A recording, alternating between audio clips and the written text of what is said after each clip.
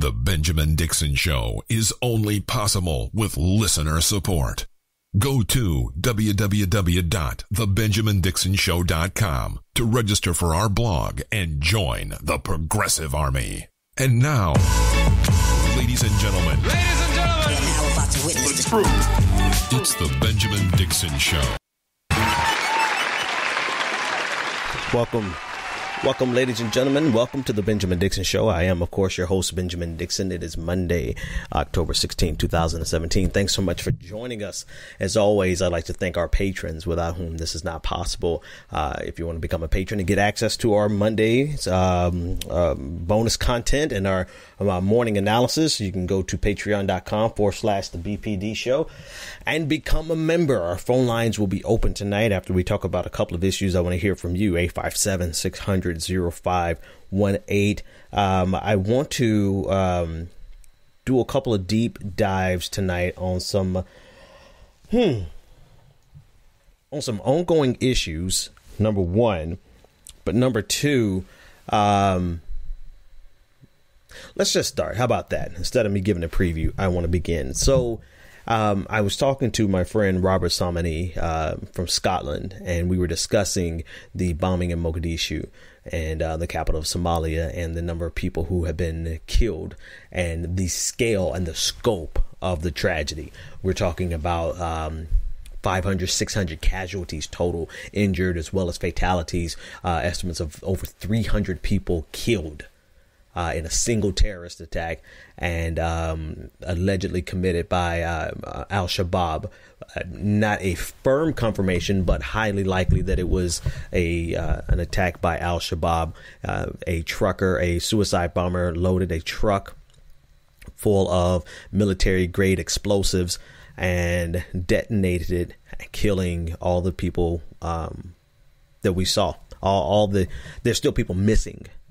And this is what increases and magnifies the tragedy, is that the number of people who have been killed is very likely to increase. And because of that, it is breathtaking and astonishing, the fact that this happened on Saturday, and yet most of America, most of the West, knew nothing about it until early this morning via social media. Very little about it from our mainstream media. And this morning, the largest terrorist attack in years. Hundreds of people have dead. Hundreds of people dead. Did not get coverage on the main pages of the New York Times and the Washington Post. Not initially. There's some coverage that was taking place that took place after the fact. But in terms of their initial headlines today, there was very little coverage. And it doesn't surprise me as much as it's still necessary for us to cover it. It's still necessary for us to expose the fact that there's very to little any interest in the pain that exists in the global South. Now, I had a colleague today who pointed out there are quite a few bombings that take place that we never even know about. But so many times when we see events like this happening in the global South and developing nations, what we used to call third world countries, when there's terrorist attack, we have no level of empathy or connection with these nations like we do when Nice was attacked, Manchester, when we have very little. And if I could segue really quickly in terms of perspective, I was talking to Robert, and he was telling me that part of this is twofold, right? One part of it is the lack of investment or the lack of coverage structurally in, let's say, Southeast Africa, Somalia, and bureaus, the lack of bureaus and media bureaus, right, there. And it's not as though it is not a significant hotbed of activity such that it would not warrant a bureau or journalists, because it is a hotbed of activity and a hotbed of militant activity and terrorist activity, but as well as countless stories and this is all going to connect in a second, countless stories of American, and not just American, but for that matter, Chinese and Russian investment. And when I say investment, I mean plunder in those regions. So there's plenty of stories. There's plenty of interest that should be there in terms of just the sheer violence that occurs there, because we all love, damn it, we all love disaster porn. That's what CNN is made up of. That's what it's comprised of. CNN will put massacres on repeat constantly on repeat. And so it should be a place of great interest, except there is no great interest. And this is how you can have the tragedy take place on Saturday, and yet we don't hear about it until Sunday, late Sunday night, Monday. Because there's a lack of interest in covering it, but then there's also a lack of empathy. There's a tremendous lack of empathy. We can see bodies of brown and black people globally just scattered in the streets of a third world nation. And our hearts don't break here in the United States and in the West as it would if it happened in London. And don't get me wrong, somebody pointed this out this morning. It's still a whataboutism, but it's worthwhile mentioning that we barely have the empathy for the people of Las Vegas. That time, it's like it's come and it's gone, right? We barely have the empathy there, but we certainly have no empathy. We certainly have no empathy for the people of nations that we don't have a direct connection to culturally.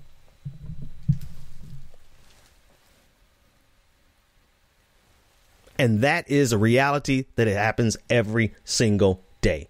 Every single day. Tragedy after tragedy. We barely, it is a racial component. It is a cultural component. But there's also another component of it that I want to dig into. But we start to see an increase of interest based on the lightening of the skin. We don't have empathy for the people of Syria like we should. We don't have empathy for the people of Iraq. We certainly don't have empathy for people of Iraq, but that's a more specific reason. But we have some empathy. Like if they show us the right pictures, we can empathize. We can put ourselves in the shoes and wonder, and our hearts can begin to break for the pain that people are suffering in other nations. But there's a very specific reason we don't have this empathy here in the United States for a lot of third world countries. It's because, and in the global South in general, and when I say the United States in this context, I'm actually speaking of the West, Western civilization. The reason we don't have the empathy for the global South is because if we had empathy for them, would we allow the plunder and the downright rape of these nations, economically, societally, in every way? Would we allow the United States to do, and the West in general to do in these nations what we have done for centuries if we had empathy for those people? No, we wouldn't. Can you imagine the economic plunder that we do, that we carry out, that the Western civilization carries out through capitalism in the global South? Can you imagine that happening in Manchester? And so it's very intentional. It's not only a racial component where people in the West don't have a connection and they don't immediately feel the humanity of the people who are killed in these other nations. It's not just that is there, but it's also very intentional, where we will never see the humanity of the people in the global South, because if we did, then we would demand what the United States is doing, what China is doing, what Russia is doing, what all these imperialistic powers are doing in the region, not just the United States, what all of the imperialistic powers are doing on the continent of Africa, in the global South in general. We would not permit it. And that's the bottom line, like it or not. Let's take this first caller. Caller, you're live on the air. What is your name, comment, and or question? Hey, man, it's me, Bryce. What's going on? How's it going, Bryce? What's on your mind? Doing good. I wanted to say I like the show, Like It or Not show. Thanks, man. On content.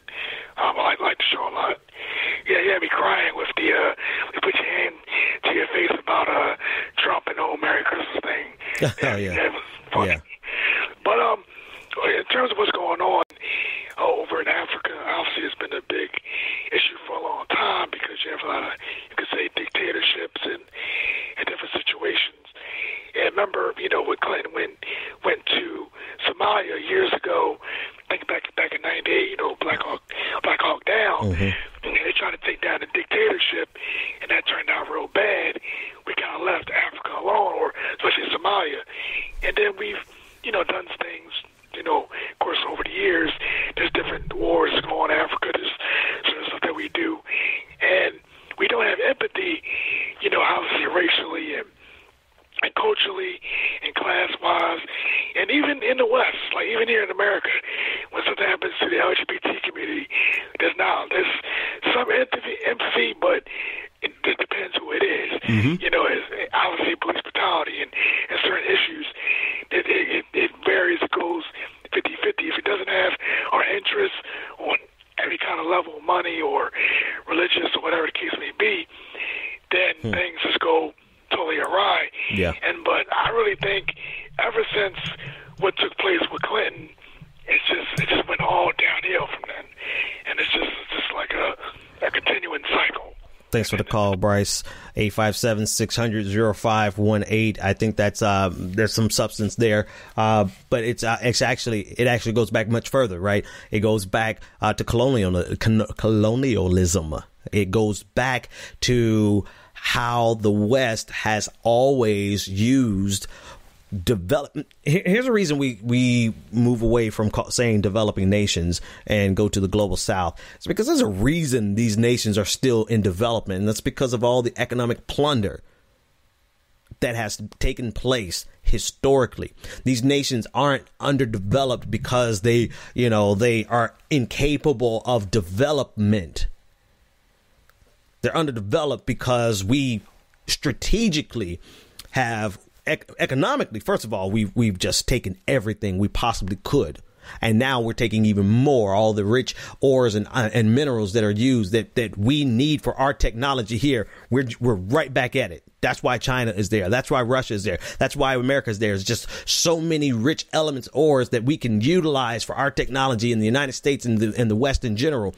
And so there's clearly the economic plunder, right? But there's also, in order for them to carry out the economic plunder, they had to divide and conquer. And this is why you don't have strong governments. You have strong warlords. You have warring factions. And so long as this warlord is opposing that warlord inside the same territory, and there's no government strong enough to keep all of the warlords in check, well, then all the United States has to do, all of particular, not even just the United States in general, but all companies have to do is get in good with one particular warlord, and they never have to worry about any type of labor laws, because they don't even have a stable government. They don't have to worry about paying anything beyond what somebody needs to just survive, subsistence. I can't even talk tonight, right? We don't have to worry about any of that. We are able to plunder without any accountability to another government. And so they've done it strategically by making sure that by sabotaging, by undermining, by instituting coups, making sure that we rip apart any stable government that could push back against the West. So it's very intentional. It's very intentional. That's why we say the global South, because it's not that these nations are third world just because they're third world for very specific reasons. And those reasons tie directly into the fact that it took us almost 24 to 48 hours to get information on all these people who were killed in Mogadishu over the weekend. And now that we even have this information, has every person put up a flag, a Somalian flag. Where are the fundraisers? Where are the broken hearts? Where are all of the monologues? Where are all the people doing video tributes? Where are all the, you know why? Because they don't see the humanity of them. That's why. And we see this time and time again, on repeat. It doesn't matter how many times, and it increases, right? We see the sympathy go up a little bit in Syria, but still, if we really had the sympathy that there are nations where we could get away with doing these things, and there are nations that we can't. And you will see a correlation. If somebody did a study, my hypothesis would be that there's a direct correlation between the nations that we have empathy for and the nations that we go to war in, or the nations that we have economic exploitation actively occurring in. There's going to be almost a damn near 1-to-1 correlation between how much the West cares and how much the West is destroying that place, that nation. 857-600-0518 if you want to weigh in on the discussion. And it's particularly salient when we talk about the media, because the media, besides just complacency and laziness and the desire to simply, get clicks because they don't think people are going to really care about the story, so they're not going to really cover. But besides all of that, besides them being an active tool of American imperialism, and besides the media being an active tool of the American war machine, and besides the media, besides all those things, they're still enterprising. There's still enterprising organizations that are not sold out to George Soros, if I can throw the conspiracy theories in there, right? There are still organizations that are autonomous, that are free, that are enterprising, and still don't report a damn thing on these regions, or barely put any effort into it when they do cover it. So it's really salient when we talk about the media, because as new media journalists and commentators and all the different roles that we have, where is our coverage? Where is our coverage? Nobody's stopping independent media from discussing this. There's no war machine that's controlling independent media, unless you really think the Illuminati is that strong that they actually do fund the Progressive Army. Like George Soros actually writes checks for, that kind of thing. If you really believe that, then I don't even know why you're watching or listening. You might change channel, go over there to somebody else's channel, right? Go to H.A. Goodman's channel for that. But independent media, what's stopping us? The lack of empathy, the lack of actual concern.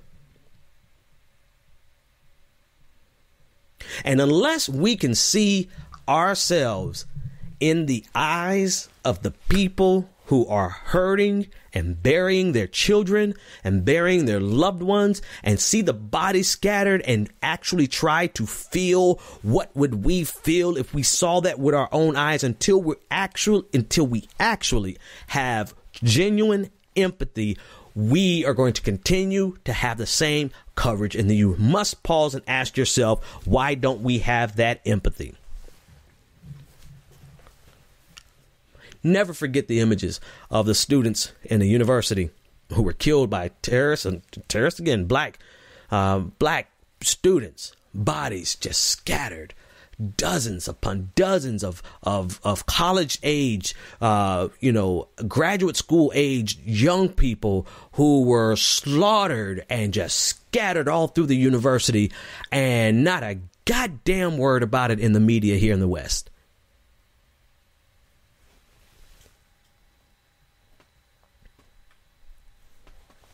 That's because we don't care. When I say it's the lack of empathy, the bottom line is we don't care. We simply do not care. I get it. I get it from a structural governmental perspective of wanting to not get the population to care about a group of people because we need to continuously exploit them.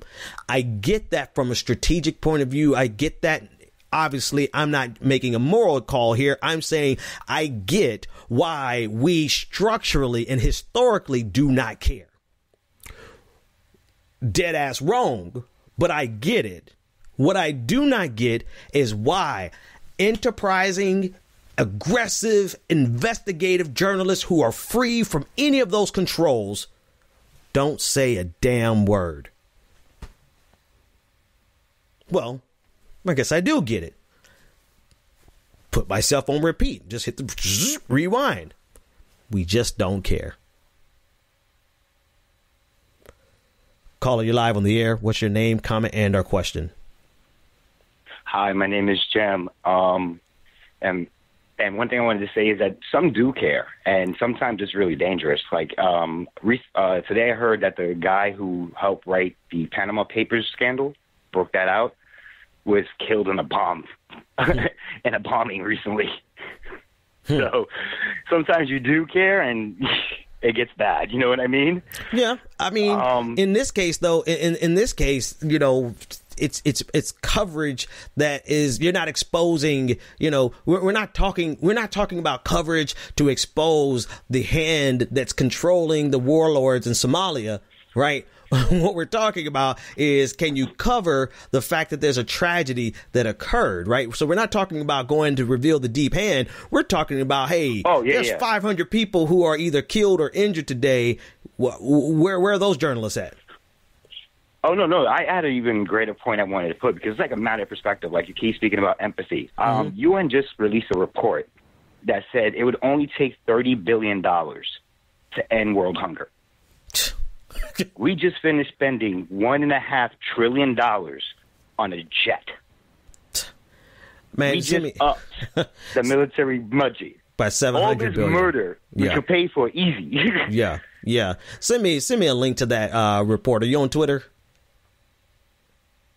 Yeah, if you're on Twitter, send it to me and send it in a DM or message it to me, because I need to look at that number, because I believe you, because I believe I've seen it before, but I just have to see that again, because $30 billion.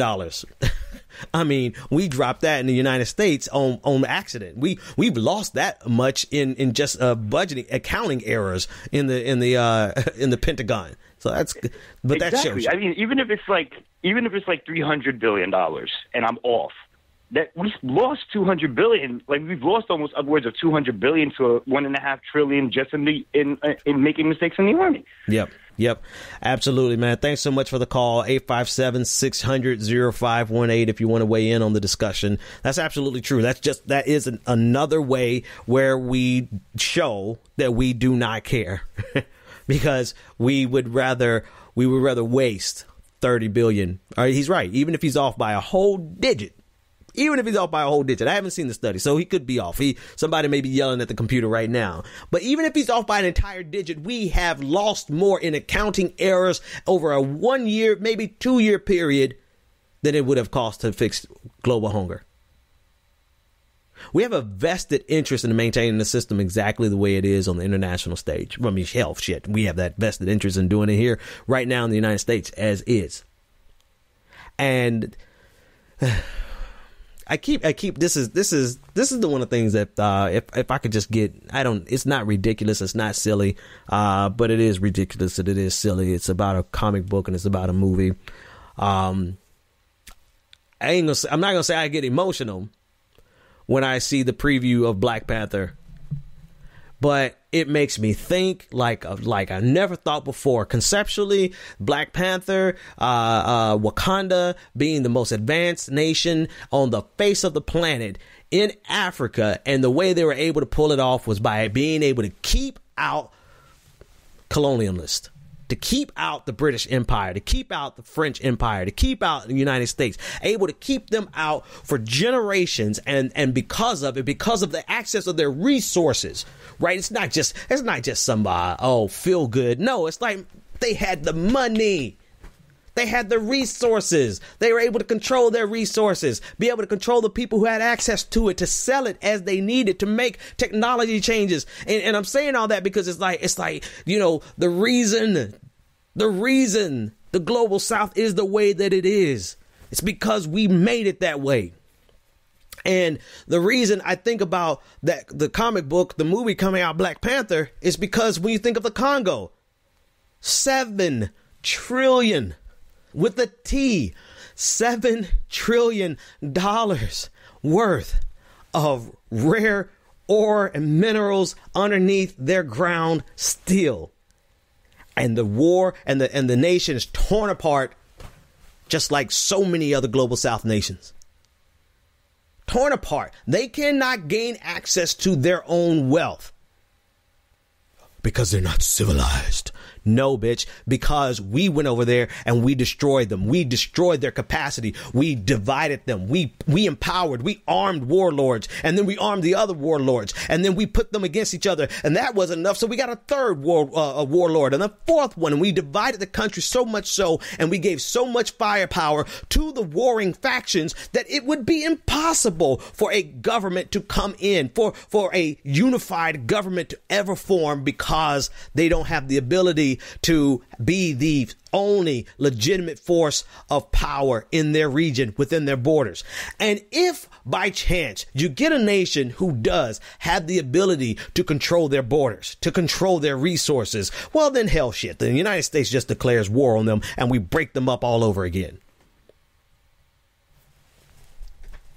So I think about that movie and I'm like, God damn it. Not that we were going to have, superheroes and all that kind of foolishness, but these nations are still developing in third world, as we call it, because of our actions there. And then I think about the Congo. Like, they still have, so there's still an amazing future that can be had, but not if the West continues to exploit it the way that we've exploited it all these years, all of these decades. 857-600-0518. Let's shake it. Let's move a little bit. Let's go and talk about healthcare. I mean, from one stupid thing to another stupid thing.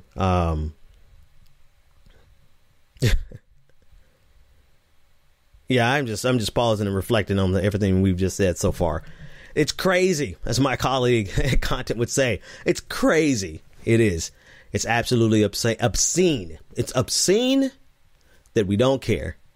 And it's obscene that if we ever started caring, we would not allow to continue what has always happened in those nations. 857-600-0518. All right.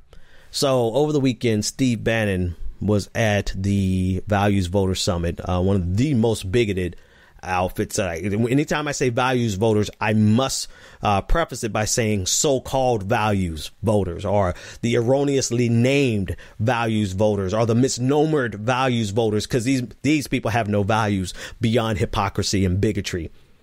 That is what those are their values. Bigotry, fundamentalism. Okay, maybe that's a value, but you're a fundamentalist bigot. But so anyway, Steve Bannon was there. I mean, you guys do know who they are, right? Focus on the family. Focus on the family, who believes that homosexuality, forget about a woman's right to choose, and homosexuality is a mental disorder that causes harm to the individual and to the society, and that they should be converted. It's out there. So Donald Trump was there. Your president of the United States was there speaking this week. Steve Scalise, who was saved by a black queer woman, right? He was there speaking this week. And over the weekend, Steve Bannon's crusty troll looking ass was there. And I mock him because, one, he's not smart. He is cunning, but he's not smart. And I think it's important for us to realize, because sometimes I see people changing and making calculations about Donald Trump's strategy based on the idea that Steve Bannon has a master plan. Well, I'm sure he has a master plan, but is it a master plan that could actually be implemented? And is he overestimating himself? And I would say no, it can't be implemented. And yes, he's overestimating himself. Well, Ben, he got Donald Trump into the White House. No. That's why we're going to talk about Hillary Clinton and Bernie Sanders in a few minutes. But Steve Bannon didn't get Donald Trump into the White House. We lost the goddamn White House. We lost it. Both sides. particularly Hillary Clinton's side. We'll get to that in a minute. But anyway, I just want to say, I have to preface it by saying that Steve Bannon is not really smart because he honestly believes he honestly believes that the wave of the future is economic nationalism mixed in with thinly veiled ethno-nationalism. He honestly believes that a clash of civilization is the way forward politically.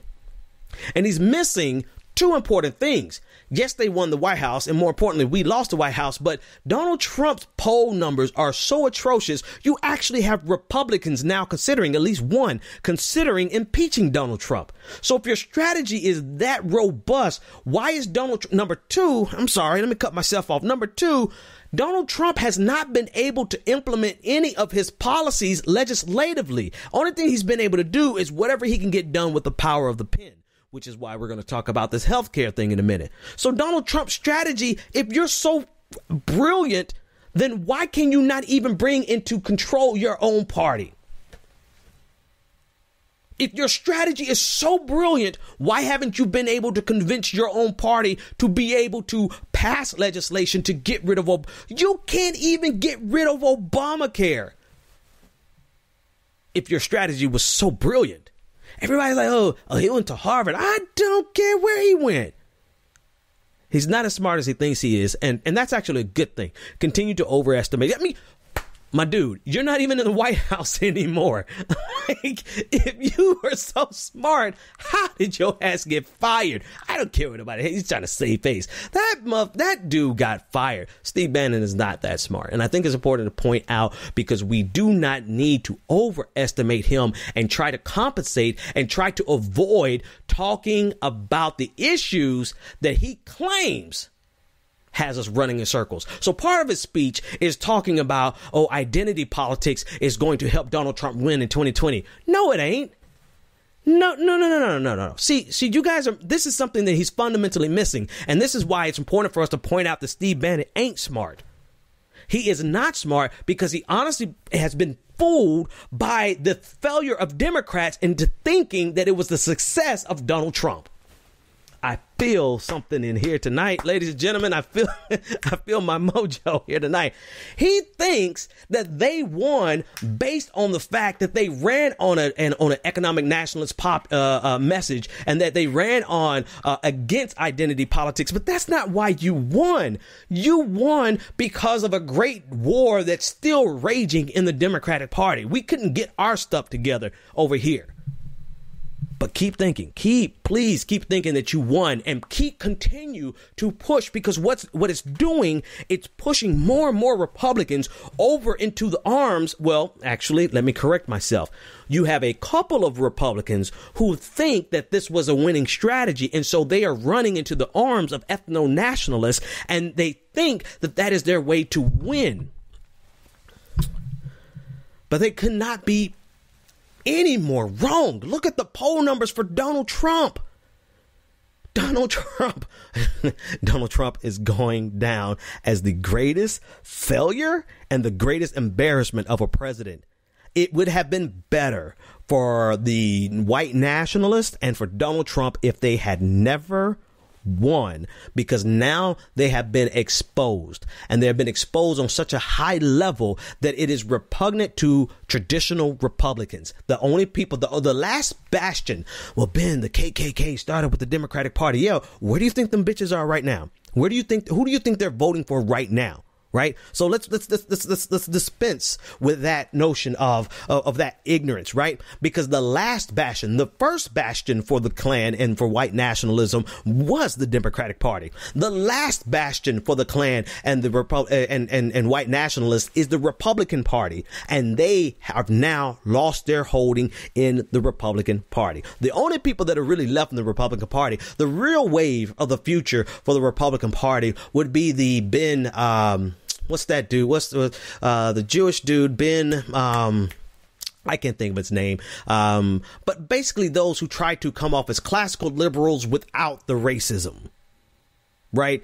The people who outright reject the Milo Yiannopoulos of the world, the white nationalists of the world, the Richard Spencers. I can't think of the dude name, but it'll come to me before the end of the show. But these are the people, though that's more of that's at least it's an intellectual conversation that is guised enough or veiled enough in intellectualism and with a rejection of racism and white supremacy. Even though it still kowtows to racism and white supremacy, at least it has a facade that's presentable enough. That's the way, not the Steve Bannons of the world,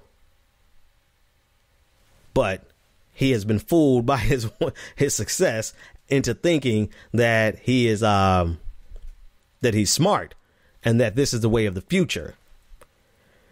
I can't move on. What is that boy's name? Ben. I don't know. Somebody put it in the chat. Somebody in the chat room knows who I'm talking about. There we go. Hang on. Ben Shapiro. Thank you. Somebody. So anyway. So yeah, I think it's important for us to not overestimate him, because what I've noticed, there are people who think that because this is what won, because, it looked as though this was a repudiation against identity politics. And don't get me wrong, I have an entire backlog on how identity politics can become problematic. But what people have mistakenly done is say, oh my goodness, Donald Trump won as a repudiation of identity politics. No, Donald Trump won because we ran a weak candidate. Sorry, guys. I know everybody that might be new to the show. We ran a weak candidate. There's no reason in the world. Right. We lost because not only was there a bad candidate, but there was also a civil war raging on the left that is still raging right now. And yet people are taking the lessons from this to say that we should reject identity politics because of this is the wave of white nationalism now, that we have to find another way to reach these people because if we talk about race, then people are going to, no, y'all are so dumb. Y'all are just so dumb if you really believe that. Because look at the overall sentiment. Yes, you're going to have people who push back and still think that Colin Kaepernick should never have taken a knee. That's the easy stuff, right? That's the superficial stuff. But when we got to Charlottesville and you see all of the white nationalists and you see all the people who have attached themselves to Steve Bannon and Donald Trump, and you see the gross unpopularity of this president, you would realize that Donald Trump, can he win again in 2020? Absolutely. Will he win in 2020? Only if we fail on our side. He won't win as a second repudiation of identity. As if we cannot in the United States talk about a person's sexuality, a person's race, a person's gender, as though those things are the third rail that should not be talked about. And I've seen some people on the left calculate that into their calculus and to think that, we have to find a way. We have to outmaneuver Steve Bannon's strategy because Steve Bannon's strategy won. And then the way we outmaneuver them is maybe we talk about economics only and not talk about anything identity. Child, please. Bottom line. All right. So it's important to point that out, that Steve Bannon is not as smart as people think he is. And we should not try to adjust based on the success or the win of Donald Trump. Look at his poll numbers now. Look at what he's doing now. Look at his unpopularity now. Everybody is distancing themselves from Donald Trump. We may not even have to wait for Democrats to come into power in 2018. There may be a figurative coup in the Republican Party. I'm not talking about a literal coup, so don't even mistake that. What I'm saying is the Republican Party might go ahead and impeach them himself. Impeach him themselves. So just want you to know, it's not, please. And I know I've said it 5 times, but it's vastly important that we do not learn a lesson that should not be learned. The lesson that we need to learn from 2016 rather, I will talk about when I get to Hillary versus Bernie. And I'm almost out of time. I didn't mean to spend that much time on telling you why Steve Bannon is dumb. But he went to the Values Voter Summit this weekend and he said, proudly, this is how dumb he is. This is how stupid he is. He proudly said that Donald Trump's executive order is going to get rid of the cost savings reduction, and it's going to blow up the exchanges. He was proud of that. because that's something that you want to say publicly on the record so we could put it on repeat and play it every single day when people look at their premiums and wonder why their premiums have gone up. Well, it's because Donald Trump got rid of the cost sharing reductions to blow up the exchanges. When people wonder why do they not have coverage now? Well, it's because Donald Trump, like Steve Bannon, so ignorantly divulged, but thank you, Steve, it's because Donald Trump blew up the exchanges by getting rid of the cost savings reductions. Period. Done. And so now the Republican Party is actually considering passing legislation. I shit you not. The Republican Party is having to consider passing legislation to save Obamacare so that they are not saddled with the responsibility of destroying it ahead of the 2018 election. And y'all think Steve Bannon is smart?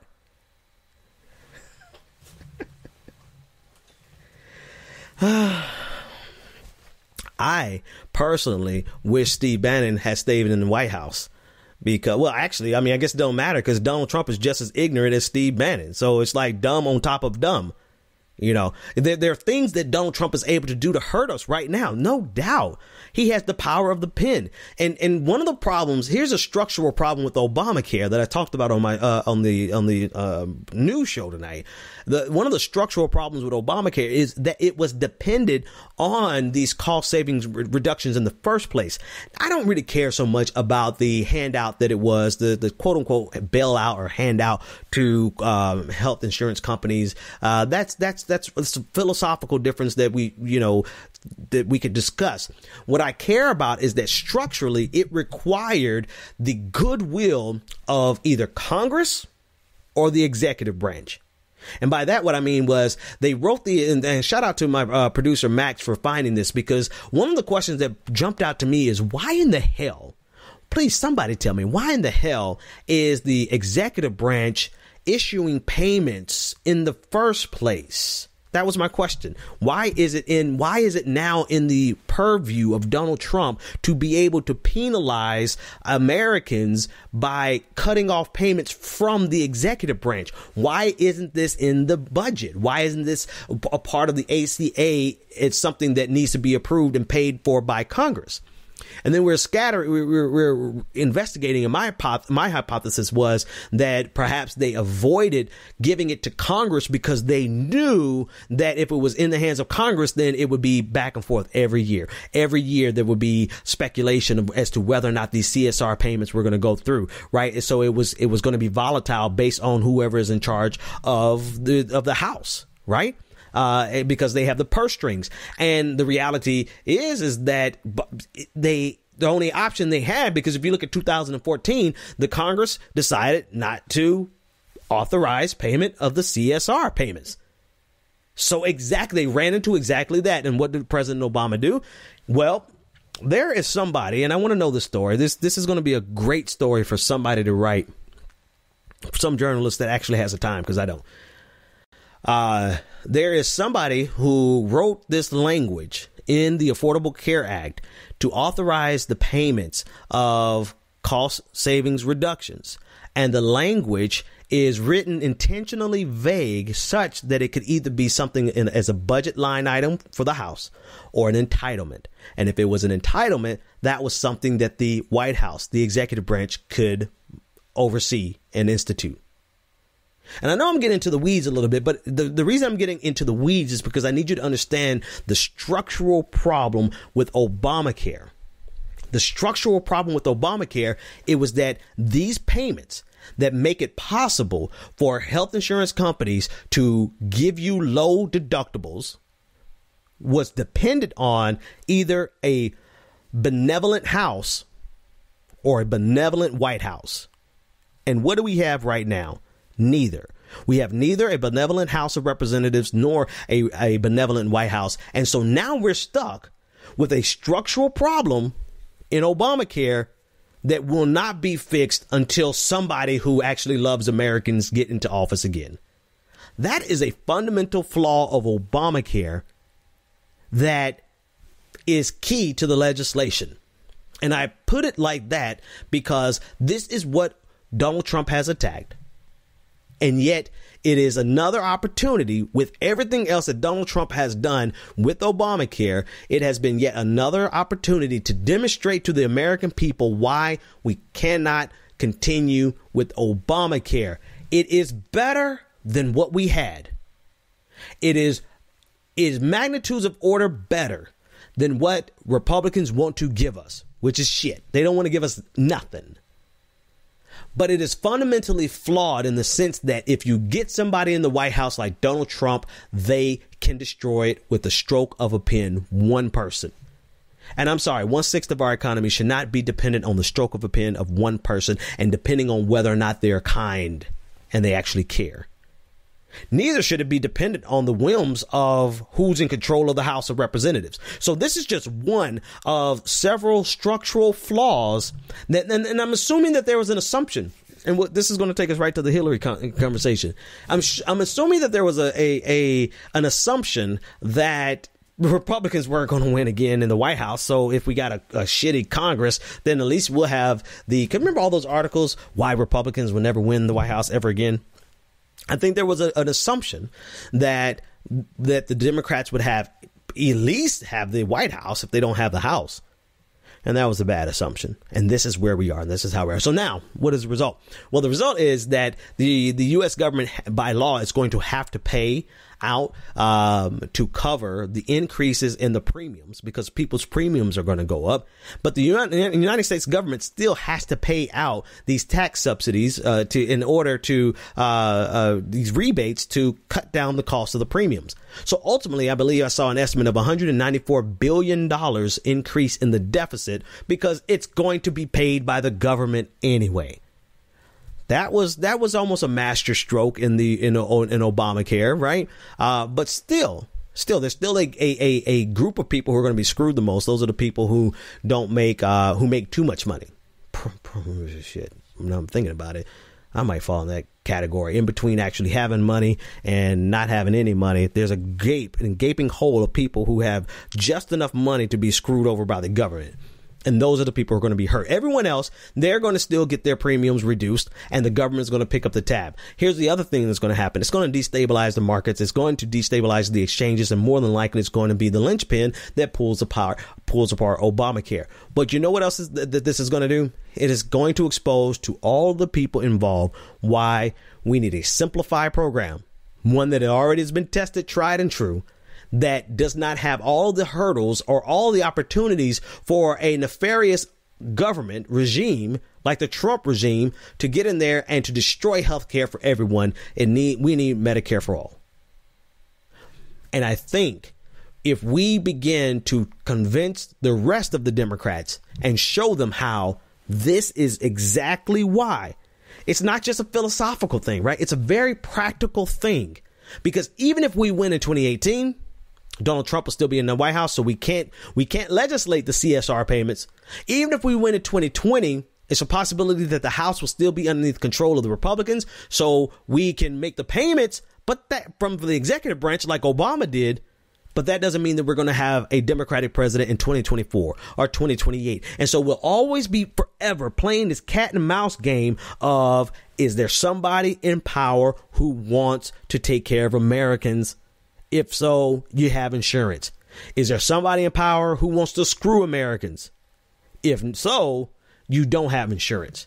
And we need to fundamentally show the Democrats on this side of the equation, and some Republicans, maybe, we need to get them on one accord and say, yes, Obamacare was progress, but this right here is exactly one of the number one reasons why it is not sufficient. Not because we don't like Obama, not because we don't like Nancy Pelosi's work on it, not because of anything else. All these people are going to have hurt feelings. No, but because it is fundamentally dependent on at least this one core component, a critical component, is fundamentally dependent on the benevolence of our leaders. And we're not always going to have benevolent leaders. We are going to have leaders who are going to strategically try to find a way to destroy every safety net, even if it means, like the Associated Press is saying, that 70% of the people who are going to be hurt are from states that voted for Donald Trump. So even if it means hurting their own constituents, well, they're committed to their worldview you don't get anything, no matter what you pay in taxes. All right, 857-600-0518. We don't have much time.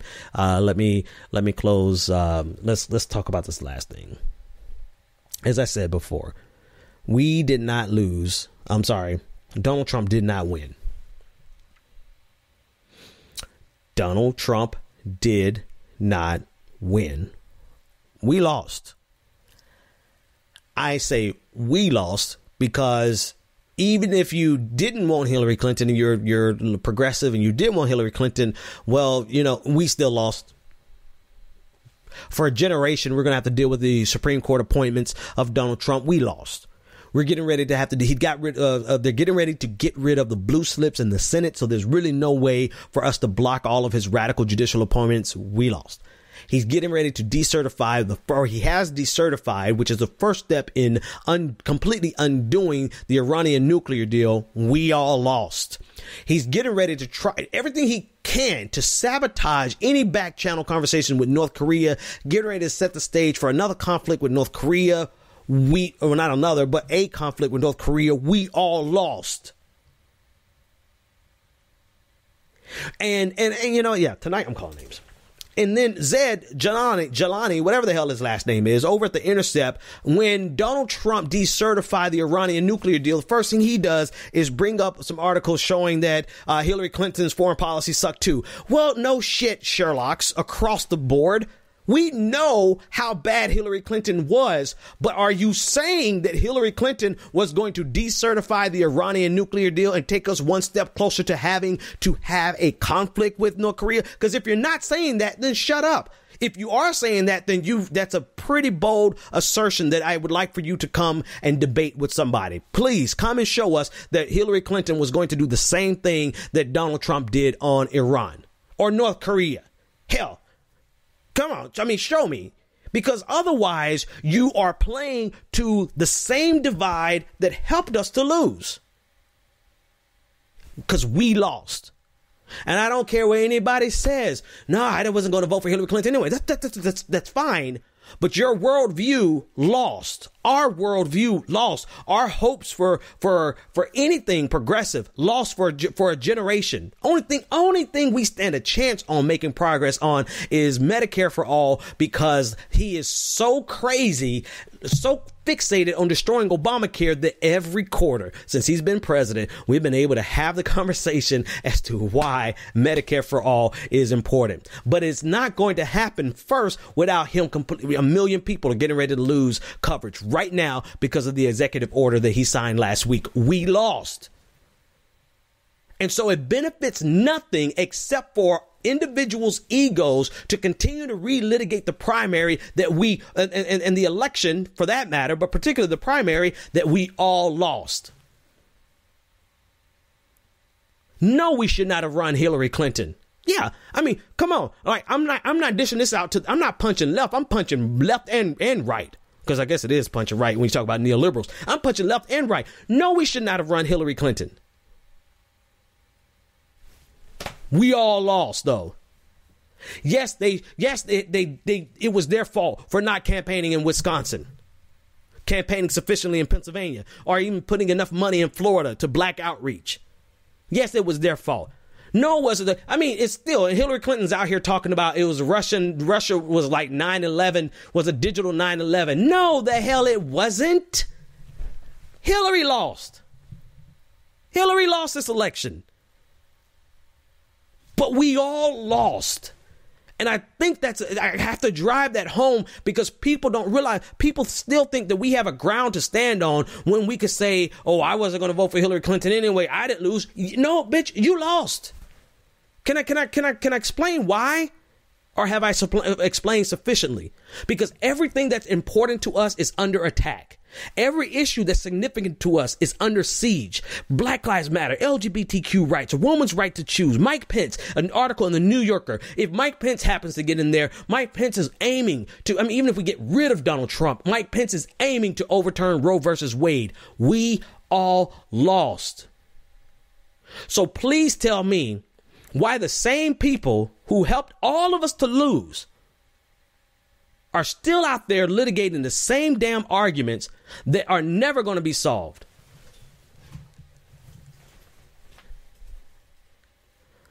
It is shame a pox on every single side. Every side of anybody who is still relitigating issues from the well, Ben, here we go. Here are the argument. Well, Ben, it's very important for us to make sure that we don't allow corporate Democrats to get in back in power. Okay, so, well, riddle me this. What good is it Donald Trump going to do for your agenda if he gets back in power in 2020? I'm just saying.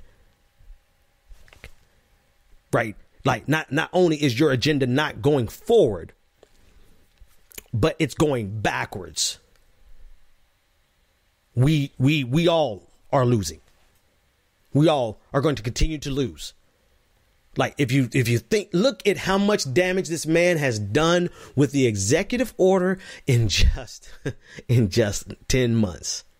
We all are losing. Can I make it in present tense? We are currently losing. And I want us to forget about the primaries. I wish Hillary Clinton would go the hell away.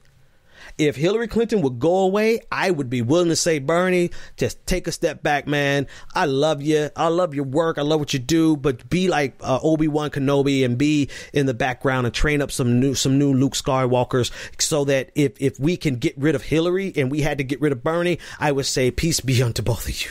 Go. Just go. Just go away and let somebody else and let somebody's plural else step up front, because both of them are too polarizing. It's justified or not. I think this is what people miss on my side of the equation. Yes, I'm a Bernie bro. Yes, I've been labeled, but I've been called everything. I've been blocked by more Hillary Clinton supporters than probably all of you listening to me right now combined. I've been blocked by them all. Right. So, my Bernie credentials and my progressive credentials, I've got all the baggage to show for it. Right. But Bernie Sanders, rightfully or erroneously, is too polarizing for us to move forward together. And Hillary Clinton has just lost her damn mind. So we would benefit if we could just move forward without having to talk about either one of them. The good thing about Bernie Sanders, though, is that he can still get his work done because he's in the Senate actively working. But we need some new faces in the front, man. We got to have some new faces in the front because we just time out. It's time out. I dream of a day when it could be progressives versus neoliberals. That's the Overton window that we need in the United States. Forget about this insanity that is the Republican Party. The insanity that is the Republican Party needs to fall off the face of the earth and be relegated to the dregs of society because they are batshit crazy. And I dream of a time where the Democratic Party, the corporate Democrats, represent the right wing of the United States of America, because, that's pretty much how it is in the UK.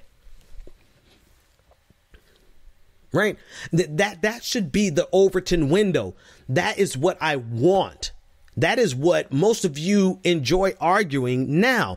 But you're arguing that now as though we're not in the fight of our life for a generation against the most rabidly insane. I don't even have enough adjectives and modifiers to describe the insanity that is the Republican Party right now today. So some of you guys are fighting, I guess the meme is like, you're fighting in 2017, Ben, but they're fighting in 2020 in 3017 or whatever. You're fighting in 2017, Ben, but they're fighting in 2047. Well, that's a cute meme, but that's not how this really works.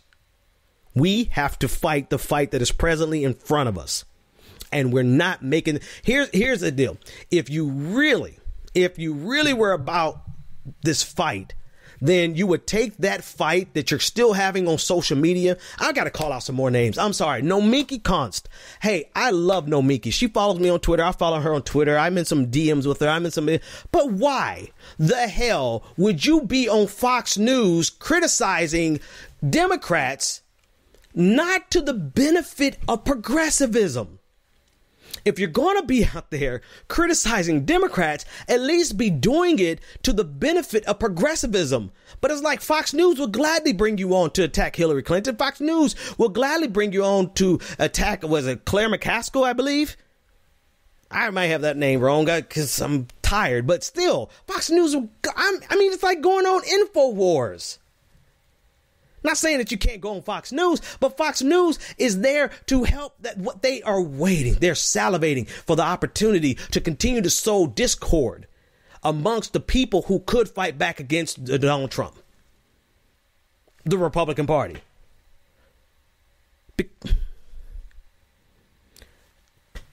Y'all don't have to take my word for it. Shit, I honestly don't care if you agree with me or not on this one. But Apox on every house that is still relitigating this primary. And I think the thing is that we got exceedingly efficient at doing it on both sides. Both sides are exceedingly efficient and precise in how they can attack each other with this infighting. They're flawless with this stuff, man. We know exactly how to rip apart a neoliberal identity politics, neoliberal multiculturalism. We know exactly precisely how to rip that thing apart and throw it back in their face with 30 tweets.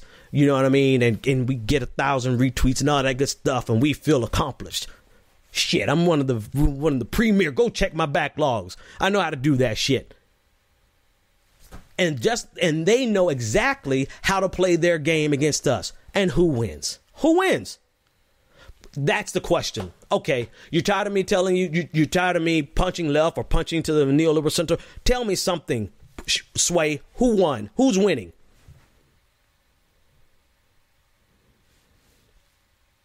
Who's winning?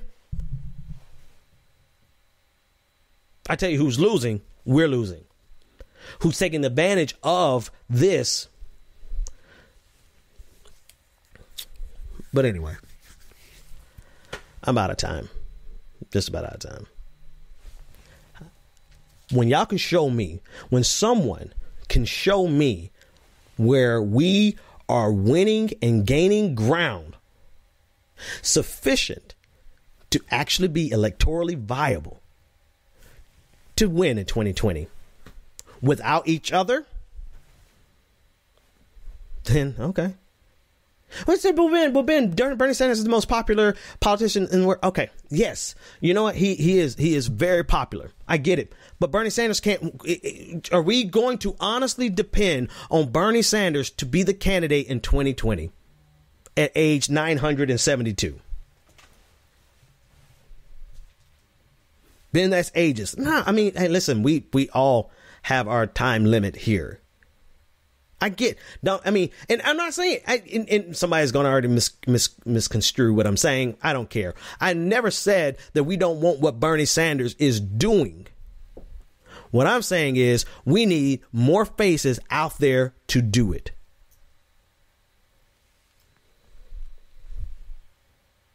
The entire thing with the Women's March, man, that was so unbelievably stupid. It was ridiculous. It was ridiculous from almost every perspective and every angle. I'm like, you've got to be kidding me. Why is this even a thing? You know why it's a thing? Because they have become efficiently proficient at doing that with Bernie Sanders. And at some point, you just got to say to yourself, this person is too easy of a target. And if we really strategically want to win, we got to put somebody else up. And here's the next question. I have two questions for you. Show me how either side, Hillary side or Bernie side, how we've won. I can show you more than what we've lost than I think anyone can show me what we've won. Don't bring me we won a social media argument. I got more retweets than they did. Not only can people not show me how we won, either side, Hillary side or Bernie side, I'm talking everybody the same right here. But nobody can show me the heir apparent, particularly on the progressive side. Who's the heir apparent on the progressive side? Who's going to replace Bernie after he retires?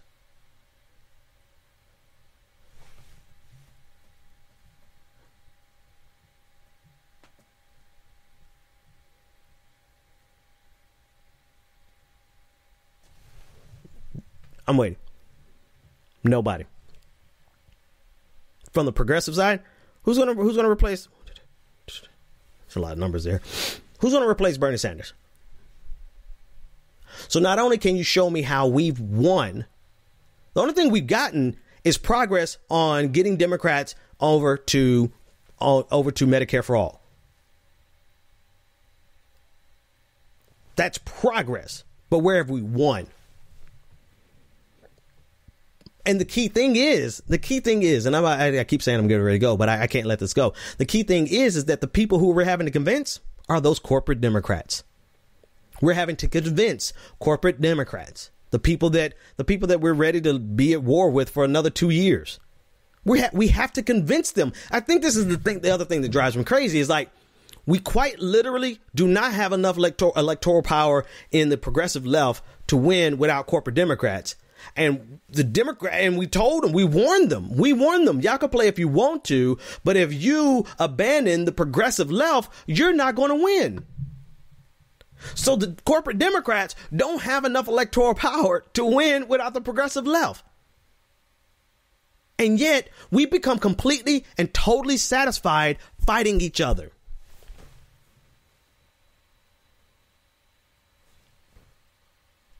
We're never going to get Medicare for all without corporate Democrats. Ben, we're never going to get it with them. Well, I don't know that. You know why? Because you even changed Cory Booker's mind. Well, yeah, it's just a fake. It's a facade, Ben, because they just want to get our votes. Well, you know what? If somebody wants to go, who is it? If Michael Brooks said this. If somebody wants to pretend as though they're on my side, that's a win for us. We've created these perfectly cyclical, this feedback loop of arguments that are satisfying because we get to relive it. We are forever the football player who's reliving their heyday of the glorious touchdown that they won back in the day. And that glorious touchdown for us is a series of arguments that we've won over and over again on both sides, progressives as well as neoliberals, Hillary versus Bernie. And we're still arguing the same arguments over again. If one more person retweets in my timeline over whether or not Hillary Clinton was a racist because she said super predator, or whether or not that it was something that black people actually wanted, and all the arguments for both sides, I'm gonna just like fucking pull the little hair out of my head, because it doesn't matter. It doesn't matter. It does not matter what Hillary Clinton says or does or who she is. She is demonstrating herself to not be a leader of the future because she's still thinking about Russia. Let her go away. Actually, if you really want Hillary Clinton to go away, just let her keep talking.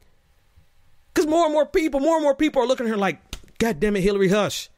So let her keep talking. But instead, we keep arguing with people who probably have shrines to Hillary Clinton. You're not going to win an argument with the person who has a...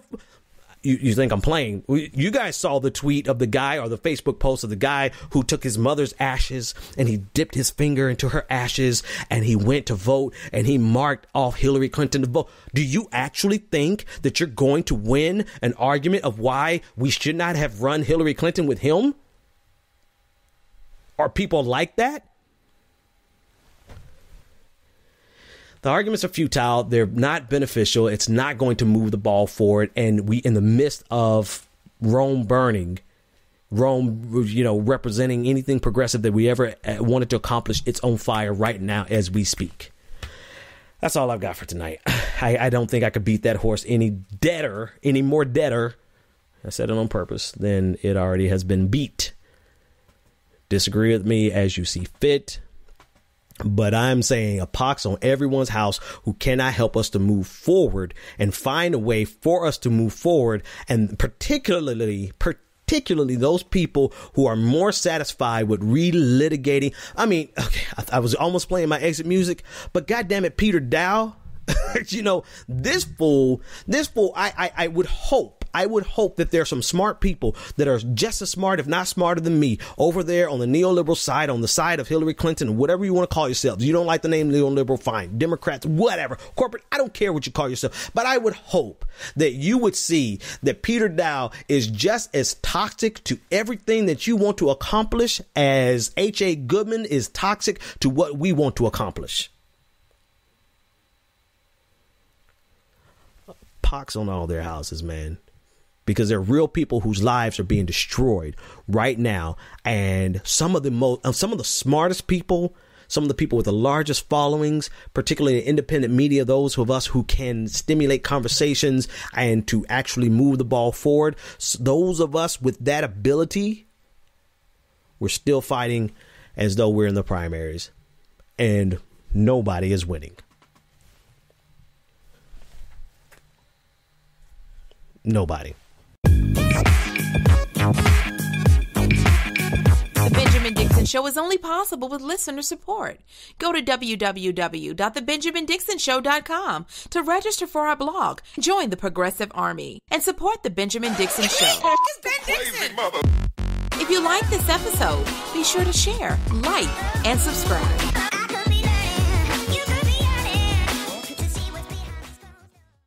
Consider becoming a Patreon. Go to www.patreon.com/The BPD Show and support The Benjamin Dixon Show.